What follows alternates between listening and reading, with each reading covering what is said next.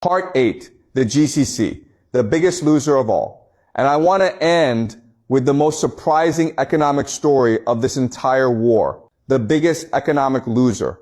You might expect me to say Iran. Iran is being devastated militarily. Its infrastructure is being destroyed. Its economy is collapsing. Surely Iran is the biggest economic loser, but actually no. The biggest economic loser of this war is the GCC, Saudi Arabia, the UAE, Qatar, Kuwait, Bahrain. These are the nations that will suffer most economically from this war, regardless of how it ends. And here is why.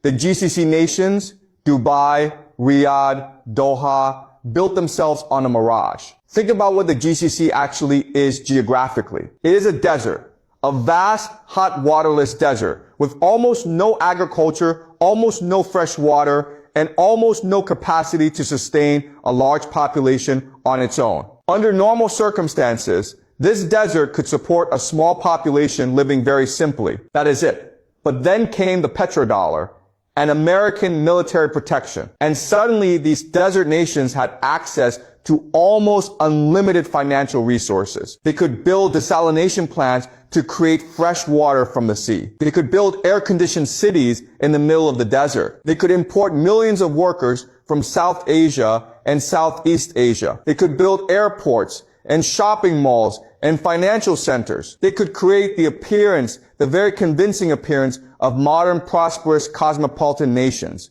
Dubai became known as the future New York, the financial capital of the Middle East, a safe cosmopolitan tax haven where wealthy people from around the world could live and invest. Billions of dollars flowed in.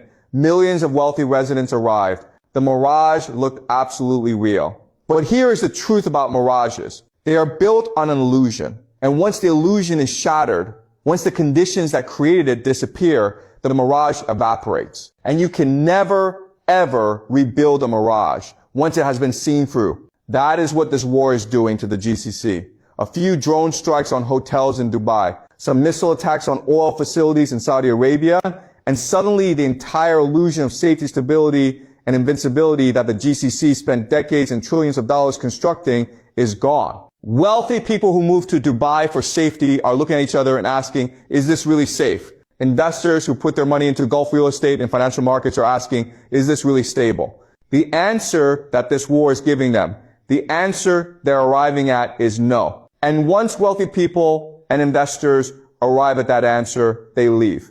And they do not come back. The idea of Dubai as the future New York, as a safe cosmopolitan financial capital that competes with London and Singapore, that idea is gone. The mirage has evaporated. And regardless of how this war ends, regardless of whether a ceasefire is reached tomorrow or in 5 years, the GCC will never fully recover the image and the confidence that this war has destroyed. So let us bring everything together. Southeast Asia is already running out of fuel right now, fuel rationing, grounded flights, workers forced to stay home. China, despite its apparent strength, is the economy least prepared to adapt to a world of expensive energy. Its entire economic model is being destroyed. America, with its vast Western Hemisphere resources, is best positioned to survive and adapt. But its $39 trillion debt and petrodollar dependence are serious risks. Africa faces the most humanitarian danger. Food supply chains breaking down could trigger famine in the world's most vulnerable region. India, with 60% of its energy from the GCC, faces a critical energy challenge at exactly the moment it was ready to step into a larger global economic role. Pakistan, already under severe economic stress, is being hit by energy shortages at the worst possible time. The entire global economic arrangement, where the West consumes and the East produces, is being shattered simultaneously for everyone.